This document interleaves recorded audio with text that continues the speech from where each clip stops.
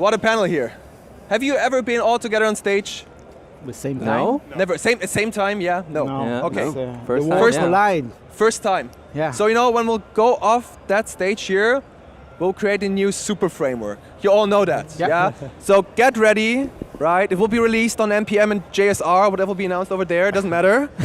Now, of course it's amazing. But before, who of you knows these people here? Can you briefly show? Okay, let's try the other way around. Who does have no idea of anybody here? Okay, great. Then let's do a small introduction round just so everybody is aware what you signed up for here. And yeah, let's start right away. Sure. My name's Carniato. Creator of the JavaScript framework, Solid.js. Signals, if you've heard of them, that's a big part of my work. And I like long walks on the beach. Nice. Sweet. Okay. So I'm Shai Resnick. I'm part of the Quick team. I also run Hires.io, consulting and courses and all that stuff. And I'm also do improv and salsa dancing and all that stuff. Like we're sharing. Yeah, that's me. Thanks. I'm Daniel Rowe. I lead the Nux team. Nux is a meta framework for building web apps built on Vue. I am a full-time open source maintainer and also have a few other projects as well, like Fontaine and Magic Regex. I live in Edinburgh and I have an extremely affectionate cat who prevents me from getting any work done, as far as I can tell. Okay. My name is Anthony. Sorry. My name is Anthony Fu, and I'm the coding member of Vue, Vite, and Nux. And I also create a few open source projects, like VTest, Lichter, Uno CSS, if you heard about it. And I'm working at Nux Lab full-time on open source and on the framework team, Nux framework team. And it's my great pleasure to work with Daniel and Alex, and also, of course, the great open source community of us. Yeah, thank you. Yeah, I'm Minko. I work on Angular at Google, where I'm the product lead. And I love doing open source. I have a couple of open source linters in Go, in JavaScript, and other fun stuff on GitHub. Amazing, yeah. And I'm the most irrelevant person here because I'm just asking the question and let the experts talk. So my name is Alex. As Anthony said, I'm also on the Nux team, but as said, that's not really relevant for this panel. They are the person to speak, right? The people to speak. So after you know everybody, I'm more than sure you have lots of burning questions here. And if you have something that's really important, then ask them afterwards, because here's a big list of things. We only have an hour. I'm very sorry. But we'll start right away. We start with something very recent. Who of you folks over here is a big fan of PWAs? Yeah? Hands up when I say, yeah, a few. Okay, a little bit. And as we are in the EU, you all know what's happening right now of Apple trying to kill PWAs. I want to know what your take on not only the whole situation, but maybe also the future of PWAs is. What do you think? That's a loaded question. That's a tricky one. I mean, my experience with PWAs might be a little bit limited, although I was working for a company where our main product we were trying to make was a PWA, and this is back in 2018. I thought we'd be getting there, and it took 4 years for Apple to deliver notifications properly. And by that time, I wasn't working at the company anymore. So in some ways, I'm like not surprised we are where we're at. It's tricky. For a while, I know the web, and especially like the Chrome team and stuff, were really dedicated to making PWAs happen. I haven't heard as much conversation recently, so I don't know if people have more recent experience, but it feels like the web was a platform made for everyone, and like the potential of using PWAs as this bridge, because web's one of the easiest platforms to develop for, was a real opportunity. So putting restrictions on being able to do that seems worrisome. Yeah, it reminds me of, so I was developing in Flex back in the day, and Steve Jobs decided to kill Flash on the iPhone, and then all of us moved to the JavaScript back again and figuring out how do we do stuff? We don't have types, right? But back then, Flash was a proprietary thing from Adobe, and made sense because Apple message was bet on the web, right, on HTML5, and or like that future, and like and the Flash is too slow and stuff. Now it's interesting because it's kind of like don't bet on the open web or on the open standards and stuff like that.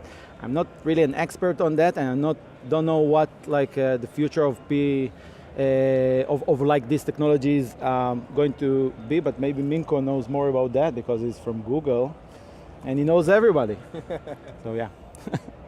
Should we go in a row, or we are going to wherever do you want? It's free spiral? discussion. A spiral. Go ahead. Talk as you feel. I was thinking about PWAs. Now, definitely it's unfortunate that we will not be able to install PWAs on like iOS.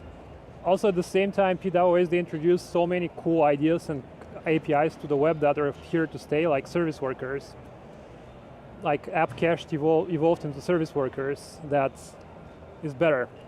We also have this more progressive loading of applications with something like an app shell that could be considered somewhat of an inspiration for even like maybe island architecture to an extent, just because we have parts of the page that appear quickly and everything else like pops up after that with the app shell. So I'm worried on one side that legislations and some like big ideas of certain companies could impact the web in a negative way, but also at the same time, PWA's ideas are going to continue being actively used in the web in the future. I'll pass it to you now.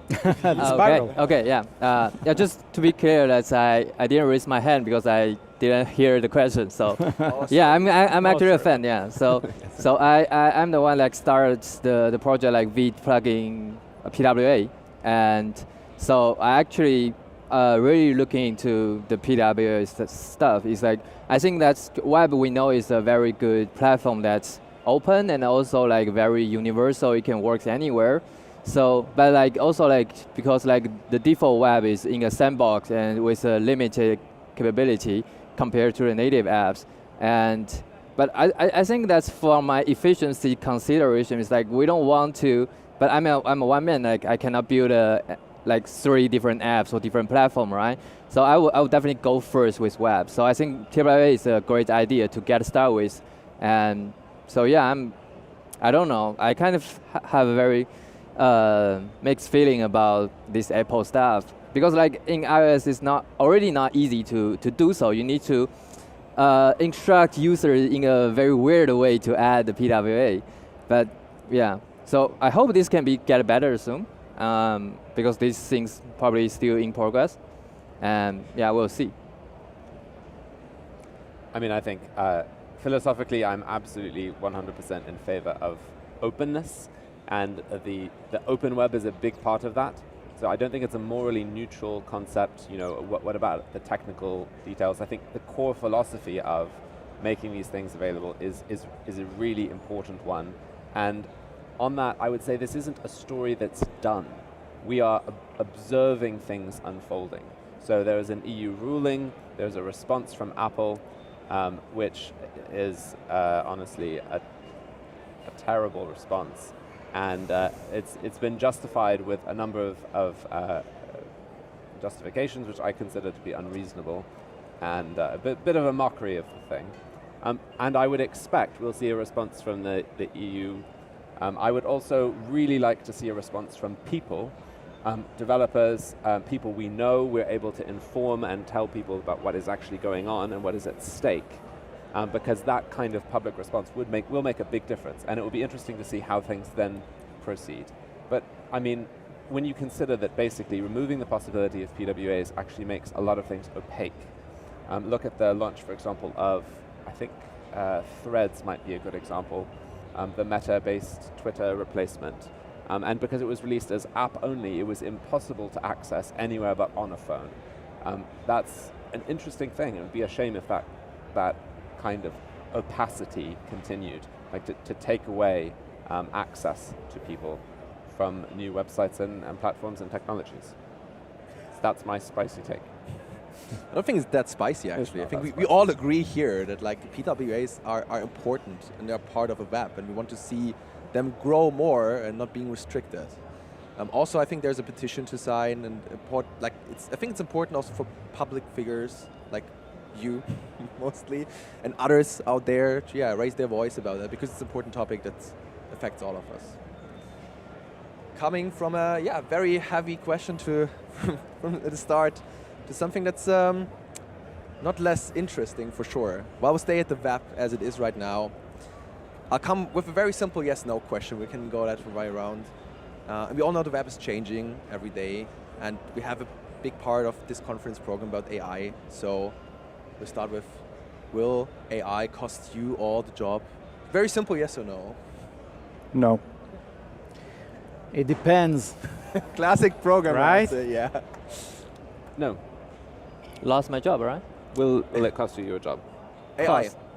Sorry. Will AI cost you your job? No, I think. Yeah. No. No. Okay, it depends on, will be interesting, but for what it's worth, I asked this. It will lose my current job, but my job will morph, right? Change, yeah, that's the thing. Like, we are programmers in the end. We tell a machine what to do, and if we write a prompt in an AI, we also, anyway. The most interesting question with that is not more like, okay, will you all also lose your job tomorrow and next 10 years? I see a few people nodding here like, oh yeah, no. It's more interesting like, how will web development shape with AI in its place? Because right now it's used as assistive technology. I've seen people spawning up frameworks component from AI in like a meetup talk. Yeah, looking at some people here. And I would wonder, what do you think? How will AI influence the web, maybe content-wise, but also the work as a developer? Should we go one by one? No, please, feel free to discuss that. Whoever wants to go for it. Okay. I have a few thoughts. I see how it could help in two different ways. One of them is to improve our developer experience a little bit by automating the boring stuff, like scaffolding, for example, or figuring out some things for us. Back in the day, I was doing an exploration of predictive prefetching, and I see AI really helping us with we have very finely grained code loading, let's say, and AI could help us to be smart about loading this code. Let's say we run a model on the edge, and it tells us, oh, these chunks will work really well together. Maybe I can just combine them and like ship them to the client. This would be a great use case. And so that's one of them, improving our developer experience. And the other one is improving user experience, just by making our apps smarter, using different AI SDKs. Yeah. So in my talk, I touched it briefly. I talked about it briefly because I didn't have time left. But Sorry about that. no, it's okay. It was my fault. I forgot the internet. So Minko has been doing great things ever since like a few years ago, right? About the predictive prefetching, analyzing user analytics to feed to a model and analyzing that. And recently, like what I shared is like, can we do that for other stuff? Because I think as developers, what we love to do is to create. We are creators, right? We like to think about, okay, this component will be here and that, and how the user experience will be, and all that stuff, right? As a front-end developers or FullStack and such. And there are a lot of manual tasks that we don't like to do, and that's what I call manual optimization of stuff, because the users are sad because of the slow loading times and all that stuff. So that's one aspect that AI could do. But I envision a future where we have an AI team member that can analyze maybe the usages anonymously of real users, and could figure out how to write the tests for us and use those tests as like the testing ground for refactoring our code to be a more developer-friendly code, and know which parts could be totally removed because they are not even used, do A/B testing automatically. All the stuff that we need to do manually these days, it could do, and that's what I call automatic optimization. And that's, I think, will be a big part of our future, which we started with in Quick, like with the performance optimization or automatic optimization. And I think it's great to do it on a function level, like in quick insights, but I think it will expand to any aspect of optimization in our future. I have to admit my experience with AI is rather limited. I'm very much a mechanical kind of person. I've been always looking at like specific interactions. So for me, obviously, to this date, AI hasn't made a huge impact on the other side, assist tools. But I do wonder, just because of the type of technology that we've been building, a lot of the gap closing between server and client, due to other elements as well, that if AI could, I mean, we've seen a bit of it with like people generating like websites and components from it, but like, I guess I'm interested in seeing, because all these frameworks right now work on the server, spending an incredible amount of time looking at different serialization formats. That's like React server components, all the different like use server and all the server functions, quicks, closure extraction. I've been trying to think, are we getting to a point where AI can actually infect the end user user experience? Like talk about actually the on the UX, like designer level, like real-time component generation being streamed through, like, because we have the ability to serialize all this stuff now, not just data, but components, promises, basically constructing in real time the interface that the end user wants as they interact with it. Now, I know that's really sci-fi, but it's not that sci-fi, it's like a year from now. Yeah, I know the last time I said that, because we made an April Fool's joke on Solid after React released the use hook, we're like, the create hook. And we're like, you just put create and then it'll make your app for you. And I kid you not, like 8 days after, it was April 9th, somebody from Builder, Steve, made a demo, and I'm like, oh, he just implemented it. So, yeah, you're right. This will happen sooner than I think. But yeah, I mean, it's interesting from a framework author's perspective, trying to anticipate these things. I mean, a lot of times I look at improving the core mechanics, looking at the language that we use in terms of how we design intent. Because if we can, there's still that element of capturing intent, right? Yeah. You want to make sure, whether it's from the end user, whether from the developer, you have to know what they're intending, and the AI has to read that. So while I'm not sure what that completely looks like, that's why I often like looking at the similarities between different tools and looking at the common language there, because today maybe we only have ChatGPT, but what does it do? It processes languages. In a sense, the language of UI, I think, is something that's tangible, that people can look at. Yeah, you've already seen the carcinogeniization. If you look at React hooks, signals, ruins, these language level features are making all the frameworks look almost identical. We're getting to a point where I actually think this might turn into a language problem, and I think AI's ability to enhance from there becomes really interesting. So on that thing that you said we would have, I gave a demo 2 days ago at a meetup of a Nuxt app built to be malleable, so to allow users to change it at runtime on the fly using natural language. And it's just a simple demo, but you can find it on my GitHub if you want to have a look. And it basically enables proof of concept, GraphQL schema, GraphQL query, app, and basically users interact with it and say, can I see it as a table? What if you just show me I could only find a Rick and Morty API. Originally it was an e-commerce website, but the GraphQL endpoint went down, and so I changed it.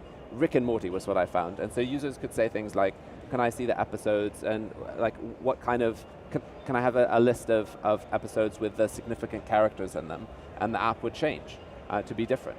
Or that you could ask for like different colors or a different theme. And this is the kind of thing that absolutely you can build today. And particularly if you're very careful about scoping what you expose, rather than letting them just change the entire app, then that's probably something that's you could even ship.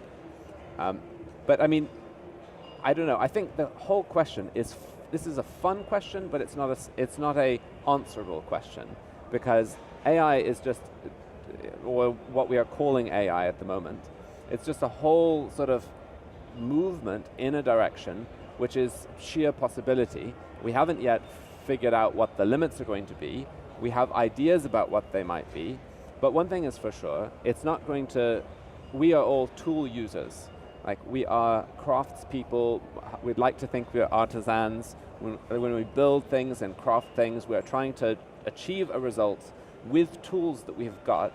And this is one really powerful tool that we might be able to deploy and use. It should hopefully make our lives easier. We might be able to use it to make end users' lives easier, and that's fantastic. And the more ideas we have to do that, the better. It's not going to do anything like get rid of our jobs or fix everything magically for us. But jQuery will still be here. jQuery will be here till I die, I'm sure of that. It's, there's a new version even, right? Yeah. So we won't get rid of it. I'm good. All right, great. Yeah, to catch on it, I also think AI, like, we talk about the future, right? That's why we can't necessarily answer everything in detail, but we see a direction. I think that's the shape of the direction and its various different branches as well is pretty clear here. And I liked all the input on that question. But there were two things I want to catch up on. The first one is, Ryan was mentioning signals, runes, and so on. And I was wondering, as most of you using signals, I know it's not that popular in Vue. I mean, we have refs, for example. It's the same thing under... Yeah, wait, exactly. But that's the point. They're same thing, but tiny bit different, implementation-wise. So the question is, there are efforts right now to standardize signals. And I was wondering what your thoughts are about the standardization process. Maybe some of you have been involved, seen that, and what you want to see outcome-wise for JavaScript ecosystem. Ryan? Yeah, I mean, I am in that group. It's a tricky process, standardization, and it was something I was kind of torn with it initially because I'm not going to lie, I usually never wait for anything to become standard before I do it. So like, it's always been a challenge. You know, I kind of like see something and then I just go for it and running full speed, and kind of slowing it down and figuring out how it works for everyone seems like a lot of work. But yeah, I mean, we've already, because of the adoption across the different frameworks, I think that there's a lot of potential when we can get to a point where we can have browser primitives, because like, yes, there's differences, but there's also an incredible amount of similarities. And like, some of the challenges that we've had over the years can actually be addressed with this kind of stuff. Like, people, like, we've had some version of signals in JavaScript at least since like 2010, like Knockout.js. Like, one of the complaints back then was, you know, things are erratic, and it's not a bad, it's not an unfair complaint because they were. We didn't have a lot of the guarantees we have in systems today. But on the same side, it'd be great if you could debug. If you've ever gone in your console and hit like a promise, you can see how it continues. You can like see the stack before and after the promise resolves. Having that kind of ability come into for reactive would be huge, because right now that's obscured for the user. It'd be great to see like, hey, this code is running because this changed. Once you get to a point where data flow is part of the actual like design and part of the creation, it unlocks incredible things. We're just at the beginning of that. So having the official support seems very powerful and very important. Error traces, like there's just so many pieces when it becomes native that, you know, we can all leverage. That being said, this pipe dream where it collapses all the frameworks into a single framework, I don't see that being necessarily very possible. I mean, trying to bring certain elements directly into the DOM or whatever, it makes it very challenging because there are opinions. People care about the templating. So we can't, I don't see it just erasing that, but if we can find those common building blocks, like there's just so much potential there. Yeah. It's death by committee most of the time, right? Like these ideas never come to fruition. Just like observables, right? In the past, were like part of the reason I think they, you know, were introduced into the new Angular back in the day, was because they wanted to become a standard, right? In like the web API, but you know it was blocked, and it was like. I also share Ryan's opinion of like, don't wait, just do it, and if it's good, people will use it, and then we end up with query selector natively, which is, you know, was the perfect solution, and it was like a small enough solution. Signals have constraints sometimes, you need to know other stuff, but they are a super powerful tool, and I think that's why most of the frameworks adopt them. is the core thing, and because, like Ryan said, they open up lots of possibilities. So I'm not that optimistic about any type of committee decision with lots of politics and all that stuff, but I'm super optimistic about Signals becoming a first-class citizens in all of the frameworks of the future and such. To be fair, just so people are aware if they aren't, there's representation from all the major frameworks in that committee. We have members from Vue, and we have Svelte, we have obviously Solid, Quick, this goes in there. I'm going to forget, there's too many, I'm going to forget them, I already have. React guys are in there, like there's Ember even, you guys remember Ember? Yeah, yeah, so like there's a lot of prominent voices in there. Angular, what, Alex and Pavel, yeah, like, yeah. So I do think that in the past there's been some tension between frameworks and committees just because of things. They have pulled us all in, so I'm a little bit more optimistic than usual there, but. I think otherwise, without everyone like giving opinions, it would be very difficult because they would always be like, hey, why did you involve us as a major part of the developer community? So I think also it's a very good thing that also that TC39 group, let's end this, it then said, hey, let's bring them all in. It might be a bit more difficult to find consensus, but at the end there's something everybody's happy about, and that's what all developers want to know. But it's also worth saying that timescales just operate totally differently in framework land versus like TC39 land, and that's not a bad thing, because whole entire frameworks are born and die before a proposal might make it through. I mean, look at temporal, for example. It's taken a very long, but that's not a bad thing. Like this is a language that is going to be developing over a long period of time. Yeah, it's hard to roll back once you made it a standard, right? And the other thing is this isn't necessarily going to impact people a huge amount, except, I mean, it will make their lives better, but it's not like you're losing out in the interim, because this is going to be wrapped by frameworks anyway. So it's people were probably not going to be consuming this raw. This is probably going to be filtered down through other libraries and used under the hood by solid reactivity, I would guess, and Vue and so on.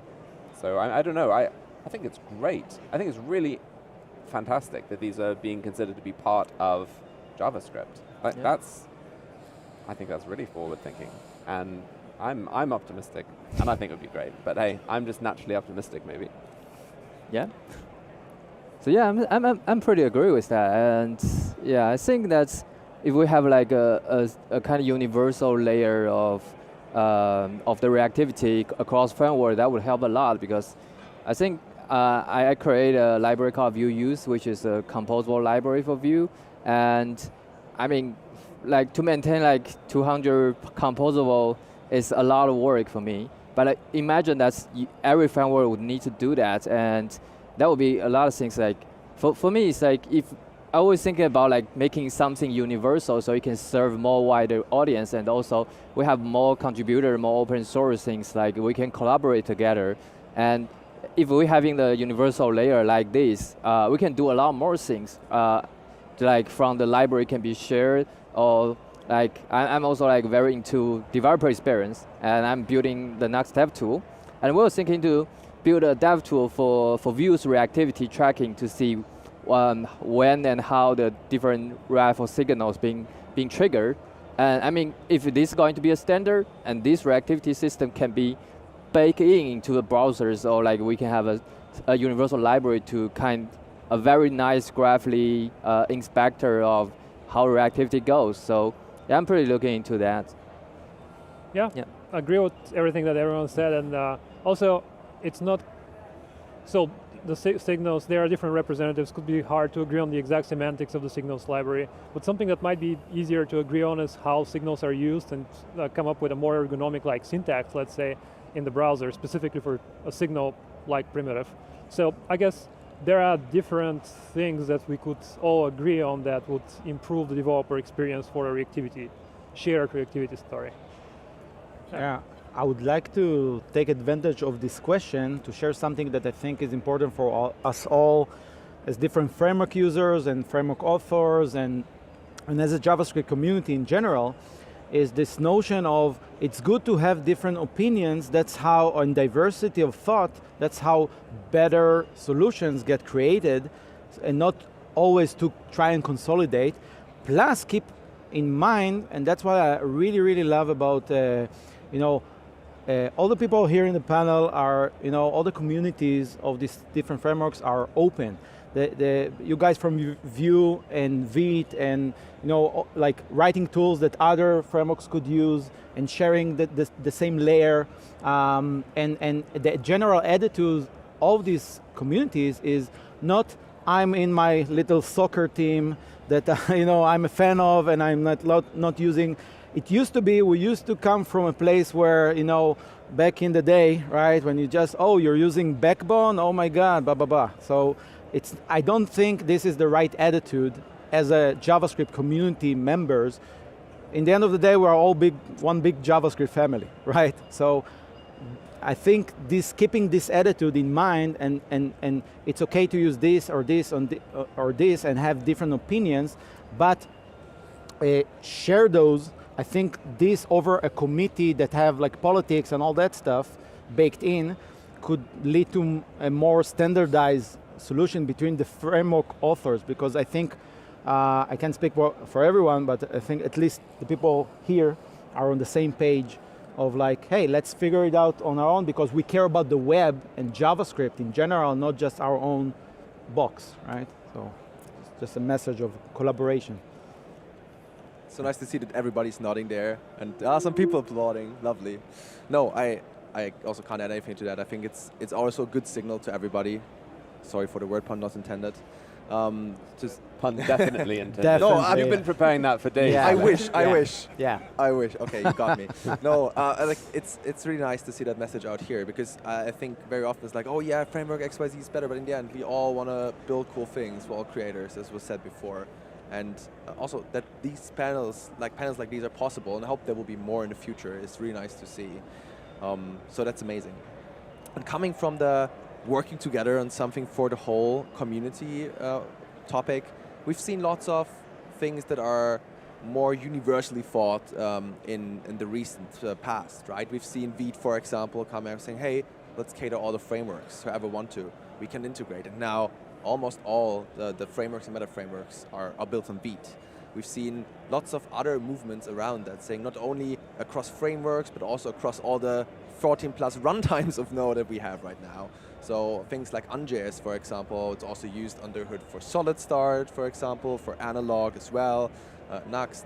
So I wonder, what do you think about these more universal and agnostic approaches? Because we all talk about different opinions are important. It's really good because it also drives innovation in a way, and competition, quote unquote, helps. But on the other hand, it's also nice to have like a universal layer, so frameworks and meta frameworks can like build on top of the same thing, like Vite, Nitro, and so on and so on. For me, it's helped kind of, I actually show this in my talk, but I like looking at things in layers, because if you identify where you fit in the tree, you as the consumer, it's a lot easier, because it's funny, we have very different expectations of what we want out of the tools we use versus like what our customers expect out of us. So it's kind of funny where I sometimes feel like I have a double standard on that side. Maybe I'm a hypocrite, but like, while I complain about stuff taking longer below, I still innately are going to try and generalize stuff for the people above me. So it's like, I do think there's a certain amount of tension there. There's a certain truth to the fact that if you build specific solutions, they can be more optimized for the specific case. But on the other hand, we don't get I think the exercise of trying to generalize is how we discover where the real boundaries are, where the real primitives are, where we should explain things. These things shift over time too to make things a little bit more challenging, but I think it's important to go through the exercise. This is, again, why I spend so much time looking at lots of different solutions, lots of different frameworks, because it's only through that generalization I feel that you can actually understand the problem space enough to be able to model these things and find better ways to model these things. So even if in some cases those universal tools won't survive, or they'll be more optimized a certain way, or they'll lead to a certain thing taking over. Like, it's funny, like, example, like web components. they were something that were kind of thought like it would democratize it, make everyone be able to do it, and then we wouldn't need frameworks. But I actually think web components are probably responsible for making more JavaScript frameworks than any other thing they added to the browser. So like there's this weird opposite effect, right? Now that you can do it, everyone just goes and makes their next standard, the XKCD comic. So like these things always exist at the same time in balance. And I think that's a good thing. Of course, I'm never the person complaining about JavaScript fatigue. So, I mean, I'm not sure everyone feels this strongly as me, but I think, generally speaking, at least making the attempt to generalize is a good exercise to finding the best path forward. Well done. That's it. I don't have anything to add. It's like a I think we're probably all in favor of universal code.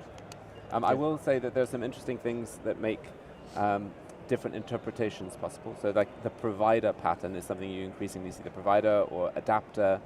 So when you're talking about deployment to different providers, or talking about, like Ryan gave an example of using unstorage in his talk, you can have different kinds of storage, KV, layer. Or if you think about like differences between Bun and Node in terms of how they access the file system, like you can imagine there are these different implementation details which can be abstracted away. And things like export maps allow you to do that at the sort of package level, where you can actually have an import that can point to a different file based on which JavaScript runtime is consuming it. So the Winter CG group, if you haven't come across them, they're definitely worth following. They're a collaboration of different runtimes, people interested in different runtimes, and there are keys that represent the different JavaScript runtimes, which are supported in, well, unofficially supported in export conditions in your package JSON, which allow the creation of an adapter layer for where you can't create something that's totally universal, like file system access, for example, but where you can actually expose code that works in the same way wherever it's consumed because of this provider pattern. I don't know how much that added, but that's definitely something that assists in this goal. Yeah. Makes sense, yeah. Yeah, I think that's to say that if we have one problem, and that can be multiple solutions to that problem, and people will have different opinion. And what I'm thinking is like this has to reach a certain point that if we like experiments is good, and we will find different trade-off. And at some points, like we might agree like a general solution or a general direction to something, and so that we can actually move to a higher level problem to solve. And so that if you see an example, like I think Vite initial branding itself as an opinionated build tool or something, but now like everybody is happy with that because like I think they still say some opinion, but people saying that the opinion is good. And because like we have the built-in TypeScript support, and we do post CSS for you, and we do a lot of things. And that makes sense because we basically stand on the shoulder of the past generation of tool. Like for example, like Webpack make a lot of innovations, and people are trying different stuff. And then it figure out that probably those are things that we commonly needed, and we bundle it into a single foundation that then we can move to another problem to solve. So now we are kind of discussing about higher level framework and how we should do it. And while that's, yeah, I think it's just people with different opinion to experiment things. And while that's, I think it's always happen, but I think it may happen at different levels as the framework or the ecosystem grows, evolves. Yeah, that's a great point. That's what I also wanted to say. You stole his point. It's Sorry. it's great that we can, when we find something that works for everyone, we can focus on building like more complex things and share the foundation. That's great. And also, I don't think it's necessarily one or the other. We either like share like the same thing or like build competitive, like competing solutions, because we can revisit some of these decisions over time as well. If we see that something could be optimized in the future, we can just build an alternative solution. We can build an alternative solution and things will work. We can improve it. Like we can see that in the Node ecosystem. We have Dino now too. We revisited this shared layer. And another thing also, this helps with maintainability as well. I'm thinking about, let's say, Prettier uses the Angular template parser to parse HTML and to format code. That's pretty cool. They don't have to maintain their own HTML parser. We have a team that maintains our compiler, and Prettier can just depend on it. Pretty convenient. Same with Angular using Vite right now. We don't have to maintain our own orchestration system. It's great. Yeah, and sorry to be the Care Bear here on the fluffy lovey-dovey, but that's the point that I tried to make before, where we're talking about evolution, right? Always for evolution to happen, we need to experiment and then consolidate, and like Anthony said, move to the next thing or the above layer and such. But in order for that to happen, we need to be humble and we need to be sharing is caring attitude. The attitude is more important for our advancement or how fast we can go in this evolution path than the trying to be the smartest person in the room or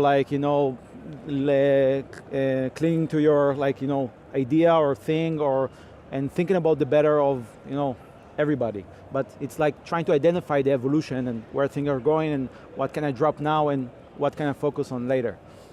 Just to add the fluffy, lovey-dovey thing. But I think it's very important because I've talked about it before a little bit as well with some people. We're like, okay, it's so nice if you have a super smart solution, but if you can't bring it across and we welcome the community because you don't have the attitude for that, then yeah, people won't notice, people won't see.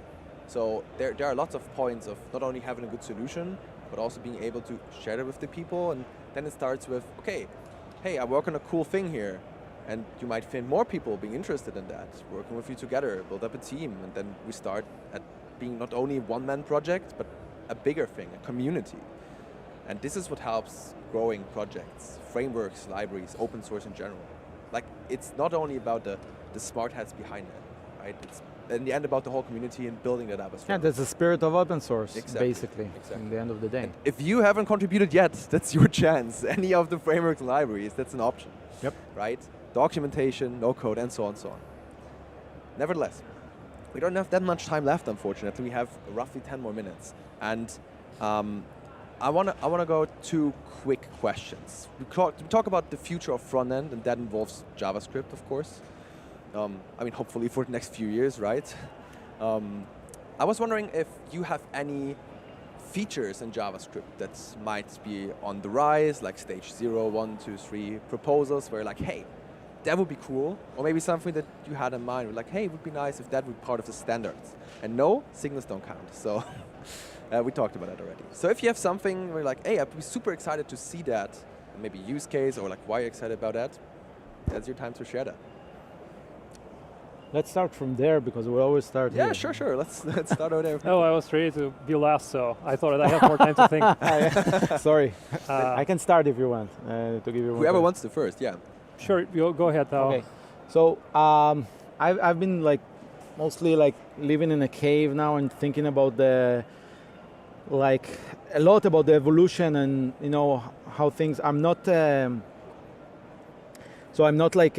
versed in the what's in level 3 or what's about to be released and such. But what I would love to see a future where at least from our point of view in Quick is we call it it's a metaphor like JavaScript streaming, but the underlying thing here is the ability to chunk up your code into the function level and have it being smartly streamed or refactored or collected, like statistically collected or stuff like that. If that was a native in the browser, or because it will shift our whole thing because everything become async now, right? And you point to a closure or a scope level variable and you're crossing a boundary. So it's like, changing a bit the mentality. But I would love to see that becoming something more used, and that way other frameworks could use it as well. But I don't know how it's possible, but that's the problem domain that we are looking into. So yeah. Very interesting one, yeah. I would also like to see that actually. That would be great. Obviously, Tailwind CSS built into the browser would be ideal. Oh, I see Very some spicy. fans over there. Yeah, yeah. Adam, if you're watching that, you know, that's your chance. I'm interested, actually, more seriously, I'm really looking forward to types as comments. That will be even just a nice developer experience thing that I can copy and paste some TypeScript code and run it in the browser console. That will feel nice. I think, was it Firefox that just unflagged CSS nesting support today? Oh. Someone unflagged CSS nesting support. Lovely. I haven't, but Yeah. like that's also that's a really nice new feature that's coming or has come. But in general, I'm quite content with what is available in the browser tooling. Yeah.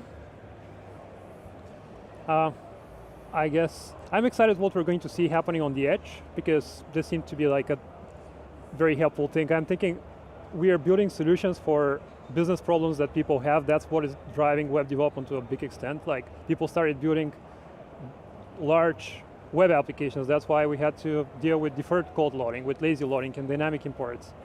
And I see just these applications becoming even more immersive and larger. So I guess code loading and work on the edge would be something that I'll be really curious to follow. Cool. If I could throw one more in, async context. How can I not mention that? Everybody like, yeah. Were you also thinking, Yeah. like basically being able to track across async boundaries, a sort of, you can actually store data and retrieve it, and it enables incredible things. So for example, in Vue, so maybe too specific, and Ryan probably has a better example, but if you're rendering something synchronously, you can set a context, for example, and you just retrieve it. Everything is sort of single-threaded. But the moment you have an async boundary, you can now have, there's a bit of code that's being run, and then a bit of code from maybe another request that's being run, and then a bit of code from a different, like these things are out of order. And so it becomes much more difficult, for example, to have any kind of global state, because you're constantly having to sort of, oh, I better unset it, and now I'll reset it for this next bit of code which is running in that context. But then the moment this bit of code which is from a fresh request, am I making any sense? Like it becomes very problematic for lots of reasons. And even on the client side, in the browser, for example, it can be more difficult to track what initiated a promise that is only now resolving. And you can't necessarily, actually there's been some real good work in DevTools to enable you to trace back a lot better, but it is still possible. But on the server, we now have support for async local storage in Node and Node 20? Yeah, that's a good question. I'm trying to think of the version. But No, so async local storage, which is not the, like, that one's been in Node for a long time. that's true. Sorry, I mean, But now, as of this year, we got support of it in Cloudflare runtime, I'm forgetting the other, Dino. Basically, most runtimes now support a version of it, except not in the browser. So we're seeing a lot of meta frameworks moving into it, because pulling the request out inside of our fancy server functions and stuff is actually a huge problem, and this is what lets it being transparent. So async context, like an official spec for it, would be amazing. yeah. I actually had one more myself, or two more. I'm really interested in the import module stuff, import meta and inline modules. Again, these features people probably aren't like reaching for every day, but doing stuff like server functions, server components, all these things, kind of weaving in workers. We're getting to a point now where they're working on solutions even to the browser, into the spec, that actually can let these things be co-located. It'd be interesting. Maybe we won't need use server or use client. It could actually just be part of the actual module spec. Yeah, that exactly the discussion that we had before about, there's a lot of innovation happening with the server components, React server components, and we talked about the philosophy of automatic optimization versus manual optimization, and it seems like adding a decision point for the developer to decide where this is a server component or this is a client component is on the UX side is better because then you could like be fine-grained about stuff, but on the developer experience side, it's more challenging because then you need to learn more context and then add more decision point. So I really want a future, and we had this in the Quick Heroes Discord chat about like, should we add it to Quick or something like that? But then it's like taking us outside of the philosophy of automatic optimization, right? So I really wish for the future, and we didn't like solve it yet, but for all the frameworks to have like the framework decide for you whether it's a server component or a client component, and optimize. I know that Ryan thinks it's not possible, but we'll see. You know. That's the future of the front end, right? Yeah. And the back end way too. Yeah. Any other features? Yeah. I'm actually a little bit hesitated about my take because I'm probably going to pivot. I pretty much agree of like what you said, but like while we were discussing about web, I'm always thinking about a little bit about like off the web. It's like you must be travel from all over where. Like if you take a plane, you must experience the frustrating when with no network or very low network.